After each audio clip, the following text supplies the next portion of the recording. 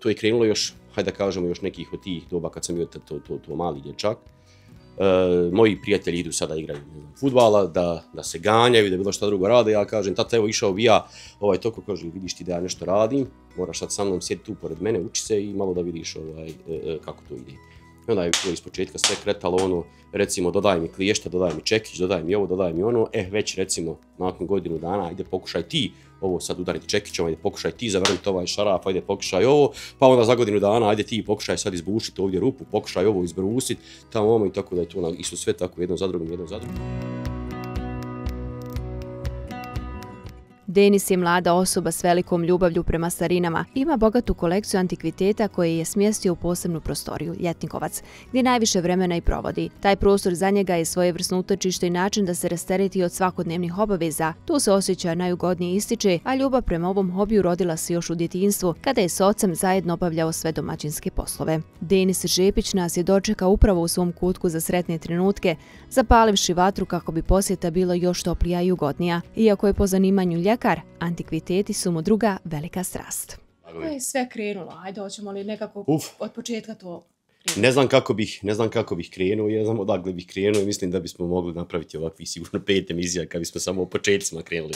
Kako? Prvo, treba istaknuti dakle da ovdje ima stvari koje sam ja napravio, ima stvari koje sam naslijedio, ima stvari koje sam dobio na poklon od ljudi koji čak niti ne poznajem jer su samo čuli čime se bavim, pa sam dobio, imam stvari koje sam kupio negdje na ovim obližnjim pijacama i tako dalje. Tako da svaki taj dio ima neki svoj, da bismo, da kažemo, znači početak od čega je to sve ranije moglo nastati. Prvo, kako je nastalo to sve da sam počeo neke stvari praviti. Uvijek sam nekako još, hajde recimo dok sam bio i mali dječak, uvijek sam nekako volio ovakve ljetnikovce, da tako kažemo, gdje se može ugodno sjest, popit, pojest, popričat i imao želju nekada, kad ja odrastem i kad ja budem svoj čovjek, da imam tako nešto. I kao rezultat toga je nastao ovaj šadrvan koji sam ja osmislio sam, ovo je moj projekat generalno i u početku je bilo kako da napravim, da li da to bude sve od drveta, da li da to bude sve od cigle kao što mnogo, da li to bude, mislim, ne znam sam više šta i onda malo pomalo jedna, druga, treća, peta ideja i to je prvo okolni dio dobilo to posebno.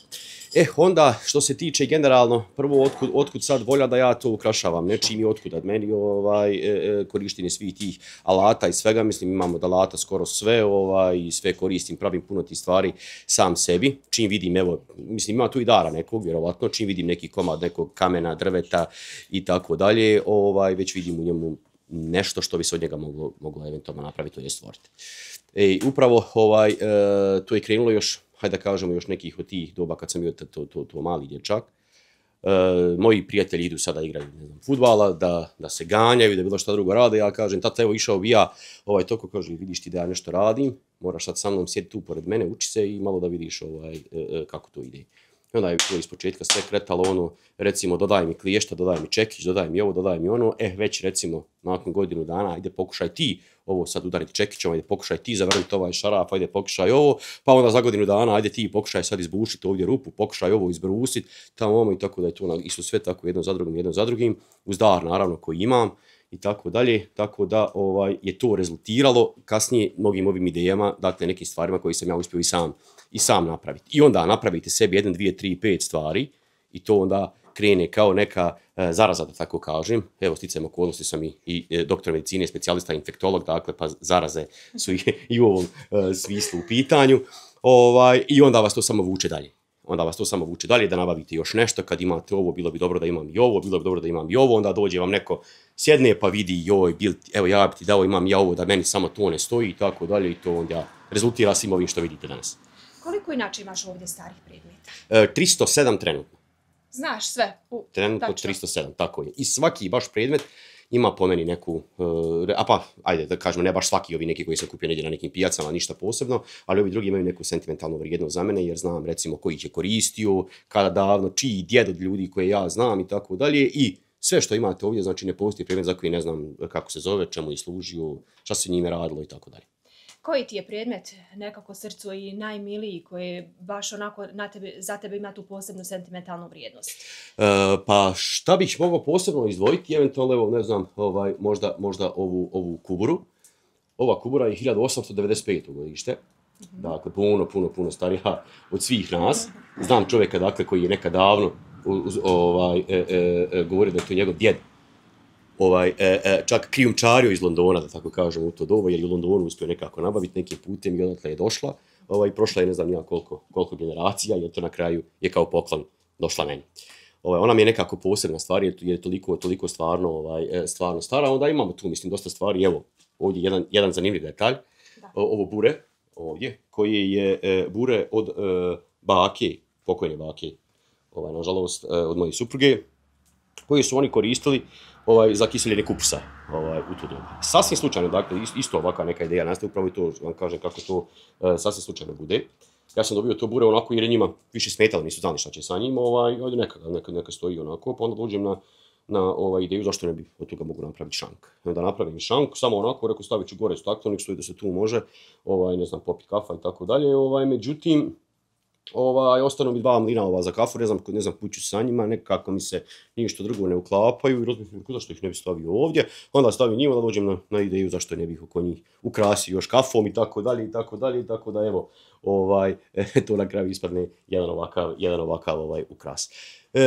Ne znam, kažemo da od njene bake isto ima tu sinijana koju su oni prije, ne znam, doručkovali, ručali, tako dalje, stolko na kome se sjedilo, znači, ili stolić, kako ko zove, znači, za tom sinijom. Onda prela gore isto, na koju je od supruge baka, dakle, prela vunu i tako dalje. To su nekako ti porodični nasljedni, recimo, dijelovi koji imaju. Ima ovamo još, dakle, tih nekih drugih, ali o tom potom tek smo krenuli. Ovo je pegla, je li tako? Da. Eto, da možda to skinemo, da pokažemo. To se na žar, je li tako pegla? Ovo je bila, u to doba su bile pegle, 2 vrste pegla. Bile su pegle na žar i bile su pegle koji su se grijale na platama. Pegle koji se grijaju na platama su imale samo ovu donju ploču i imale su odozgo ručku. Ona se stavi na plate, znači kad se ugrije, onda se njome pegla. A ove su se radile tako, znači da se ovo otvori, unutra se naspe, znači žar, i onda on normalno duže drži toplotu, treba puno duže vremena se dakle može i peglati i tako dalje, i onda se to na taj način znači se radilo jednostavno, znači dok se sve taj žar ne izgori, dok ne izgubite znači tu toplotu. To bi se i danas moglo koristiti. Pa evo, zašto da ne, dosta kvalitetni materijali, kažem, samo mi nije jasno i danas dan čime su ovi ljudi prije ovako tvrd komad željeza uspjeli obraditi na ovakav način. Znači, to su stvarno bili majstori. Danas, evo, pored svih mašina koji imaju vrlo teško je ovako nešto izliti, ovako nešto napraviti, ali evo, oni su tu prije nekako ipak uspijevali. Sigurno ti ovaj prostor dođe da onako se relaksiraš, odmoriš, da se posvetiš upravo ovom što voliš. Iako je to, pa možemo reći, tvoja druga ljubav. Medicina je sigurno na prvom mjestu, ali ovo je sigurno nešto što onako voliš u slobodno vrijeme da provodiš vrijeme. Tako je. Pa u svakom slučaju, evo, čim ste došli, vidjeli ste evo ovdje da imate napis Moj kutak za sretan trenutak, tako u stvari se ovo i zove, a i kad sam evo generalno ovo sve završio, kad sam stavio objavu na mojoj Facebook stranici, sam stavio da je ovo moj mali raj na zemlji, i bukvalno je to tako, ovo je mjesto na kome se ja odmaram od svih svojih svakodnevnih, recimo, obaveza, problema i tako dalje, tako da uvijek, evo, ukoliko je iole vrijeme takvo da dopušta da se ovdje boravi, ako me ne nađete u kući, znači, 100% možete znati gdje sam, znači, 100% sam tu. Ovo je prostor, veliki je prostor i sigurno treba se ovo održavati. Voditi računa i o tome. Tako je. Upravo te starine ne bi možda nagrizao zub vremena. Upravo tako. Vrlo veliki broj stvari koje ili dobijete ili kupite ili bilo što tako. Nažalost, velika većina ljudi ovo smatra smećem. Tako kažemo, nažalost. Onda vi to dobijete u zapuštenom, pa neću reći skoro uništenom stanju. Sve stvari ti zahtijevaju neku restauraciju. Što isto također treba i alat, i vrijeme, i volja, i osmisliti način, na koji način da se to dotira, da se to, vjerujte, da bude često ne iz stanja kad ne mogu ništa uraditi. Znači, kad jednostavno nešto morate baciti, onda mi to pogotovo bude onda problem kasnije. Žao mi je to nešto baciti, a nemate korist nikakve, jer vam ili fali dijelova, ili je nešto slomljeno, puklo, strulo i tako dalje, tako da vidite da ne možete ništa raditi. Puno je ovdje stvari, dakle, koje sam ja na neki način uspio restaurirati, uspio popraviti. Ne znam ja odakle bih vam krenuo, evo, na primjer, ova truba je 1912. godište. znači vrlo star ovaj instrument, ona je bila skroz zdrobljena ovdje na ovom, znači, dijelu, ventili nisu radili, znači, nikako niti jedan, znači, sve je to bilo, recimo, znači, evo vidite kako to, na primjer, kad ja to na kraju poravnam, kad ja to na kraju uradim, na kraju to ipak dobije neki, recimo, izgled te trube, kako bi to trebalo da bude. Pa onda evo ova, ne znam, ova stara mandolina, nije imala na sebi ni žice, bila je izgrebana, bio je slomljena ručka bila u potpunosti. Ova šargija isto tako, znači je isto bila iscvrljana, znači što flomasterima, što hemijskim olovkama, što tako dalje, falile čivije, falile žice, nije bilo kobilice i tako dalje, sve sam to ja dodao, dakle, sve sam to ja napravio svojim rukama, dodao i tako dalje. I sve kažem vam sada, to što imate ovdje, morate paziti jer imate normalno, imate ti prirodni napasnika, da tako kažem, svi vrsta, od crva, od tih nekih, tako kažem, drvenih insekata i tako dalje, koji vam svi mogu ovo na neki način uništiti. Vi imate puno hemije koja može to spriječiti, koja može dakle to spasiti, ali sve to traži ruke. Sve to traži, dakle, da ipak vi do svega toga dođete, da to čistite, da to pazite i tako dalje. Nije dobro. Ja sam isto tako u jednoj emisiji na jednoj televiziji kad je bilo govorio da nije dobro čak previše s ovoga skidati ni paučine i ništa to, jer ukoliko je sve retro, neki paučine budu retro i tako dalje, ali morate paziti prašinu. Prašina nije dobro došla u svemu ovome, jer i ona se uvučena u te pore i ukoliko se to redovno ne čisti, znači više se to ni ne možete, tako kažem, očistiti, nego to već zahtijeva neko brušenje i neko dalje, znači čišćenje. Isto šta je problem, svako drvo u toku svog stojanja dobije tu taj neki vanjski zaštitni sloj, tu neku, da tako kažem, retro boju i ne možete vi to više nikad vratiti ukoliko to izbrusite. Vi to kad izbrusite jednom, kad to već dođe do nekih alata, znači vrlo teško ćete vi to vratiti opet kasnije da bude takva ista boja, tako da ti svi momenti i održavanja i restauracije i svega, znači zahtijeva sve svoj, znači neki poseban pristup. Željezni dijelovi, svi koji su na ovim, odnosno metalni dijelovi na svim ovim drvenim stvarima koje imate isto tako, vi kad jednom skinete onu, to nije hrđa, nego to je neki taj taki tamni oksidirani sloj na željezu koji imate, znači njega nikad više ne možete vratiti ukoliko ga ispolirate, izbrusite jednom. Znači tako da sve to morate paziti kako to i obradite, nije ni fazon da vi sad nešto što je staro 100 godina prelakirate, ispolirate, dotirate kao da je proizvedeno juče, znači to više niti je retro, niti je, samo znate da je bilo staro, ali ne izgleda više, znači tako kako treba da mu bude cilj i da bude u ovakvom prostoru. Evo, tvojoj kolekciji ima i nekoliko instrumenta. Da li možda neki od tih instrumenta znaš i da sviraš? Muziku volim. Znači, slušam od Silvane do Nirvane i sve to se mogu provoditi sve, ali nažalost svirat ne znam ništa. Znači, imam instrumenta, imam i u kući još 2 violine, imam i ovdje, znači, evo i harmoniku, imam i dvojnice, i narodnu sviralu, i običnu frulu, šargiju, tarabuk, mandolinu, trubu, sve, ali ne sviram ništa. Ali tako možda u budućnosti nikad se ne zna. Nikad nije kasno. Čini mi se da je ovo ovdje ručni rad, je li tako? Ovo je sve ovdje ručni rad, ovo su obične, dakle, narodne dvojnice. Da. Dakle, to je jedan narodni instrument, vrsta frule koji su najčešće koristili čobani u toku čuvanja goveda, ovaca i tako dalje.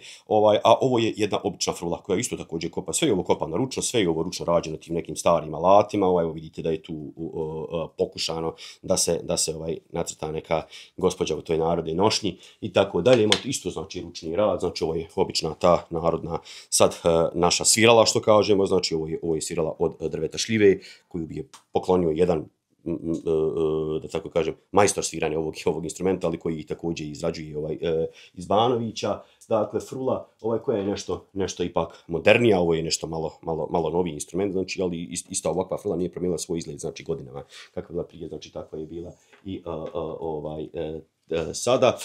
Uglavnom, sve su to stvari koje su rađene ručno. Ovo je isto ručno kopani tarabuk, znači urađen u komadu drveta, znači sa kožom od ovna preko njega, znači tako dalje. Sve su to uglavnom znači ručno rađene stvari, jer ove stvari koje su sad novije od plastike i tako toga, mislim, nemaju mjesta ovdje definitivno, znači nemaju ovdje svoj prostor gdje bi trebalo da se nađu. Od koga si sakupljao znanje? S obzirom da mnogo znaš i razumiješ se u sve ove predmete, čemu su koristili? Ko ti je tu prenosio to znanje? Vjerovatno su roditelji najviše zasluženi za to. Pa bilo je toga dosta puta sam nekad ranije ovako, recimo, dok čak nisam mislio da ću se ovim ovako baviti, da ću ovo skupljati, da ću to, ne znam, ja njegovat.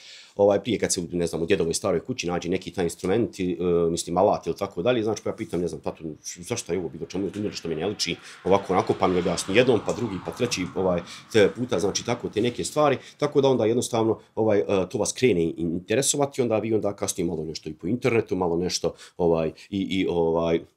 drugih starih ljudi, tako da, mislim, jednostavno, ne znam, to dođe, onda jednostavno samo po sebi, vjerujte da kasnije onda bukvalno vidite neku stvar koju ste, ne znam, kada negdje seli možda na internetu i tako negdje, znači vidite da je to ono što se nekad spominjalo, čemu se to koristilo i tako dalje. Također i ovaj sto je za tebe poseban. Ja. Sto je moj ručni rad, znači sto je napravljen. Ovo su otprilike 60 godina, možda čak i više stare hrastove daske, koji su činile pod u dnevnoj sobi stare kuće moga pokojnog djeda. A nogari su urađeni od rogova iste te kuće, znači isto od hrastova. To znači, to se napravio, znači tu ploču, to se sve znači izbrusilo, sve zahtjelo do duše dosta puno posla, zaštite upravo, znači svega toga, znači i upravo da ne bi izgubilo svoju boju i tako dalje, znači nisam htio prelaziti nikakvim uljima, nego samo takozvanim pčelinim voskom, da bi se drvo zaštitilo, da bi bilo dugotrajnije, znači, a da ne izgubi tu neku svoju vrijednost, tu svoju, znači, standardnu boju. Tvoj rad su i ove zavjese. Dobra ideja. Kako si došao do te ideje? Isto jedna stvar, što sam vam rekao malo prije u početku emisije, da imate promjenu znači svoga plana kako u početku to raditi. Prvo sam razmišljao da bi ipak volio zatvoriti zbog neke privatnosti ove dvije strane ovdje u Šadrovanu. Na koji način, to prva ideja je bila da to uradim takozvanim ljesama. Ne znam, evo, za gledalce šta su ljese, znači to su, ako ste kada vidjeli, od pruća, ispletene podloge na kojima se prije sušile šljive, sirevi i tako dalje. Pa sam tako mislio, rekao, stavit ću neke uspravne motke i tu ću da pletem to neko granje, zato morate imati također posebnu vrstu i drveta, u posebno doba godine se to mora raditi, znači kad drvo mora biti dosta vlažno, kad ono podnosi to savijenje, a da ne puca, tako da znači sve morate pratiti tu neke stvari da biste to radili kako i tako dalje. I međutim, nije mi to u početku, znači bila baš ideja koja je povedika kvadratura, da tako kažem, da bi to mogao tako odraditi, onda sam razmišljao šta raditi dalje. I onda dok sam pravio ovaj luster, gore, na kome sam nosača radio od jutinog konopca, jednostavno držim konopac i razmišljam, a zašto ja ne bi, kao što bi pleo ljese, zašto ne bi mogao ispesti od konopca ovako da. I tako da sam na kraju na to krenuo, stavio sam ispod jednostavno ovu željeznu mrežu za šalovanje i onda ovo je otprilike nekih, pa recimo malo manje od 1200 metara otprilike konopca, znači ovdje, to dođem s posla, razvučem po cijeloj njivi i onda to morate znači polako provlačiti, to baš traži dosta živaca, ali na kraju vidite kako lijepo izgleda, znači onda više ništa nije teško. Onda svaki trud se isplati. Kada dođu gosti, komšije, rodbina, šta kažu, kakva je njihova reakcija? Da li se oduševe? Sigurno se oduševe.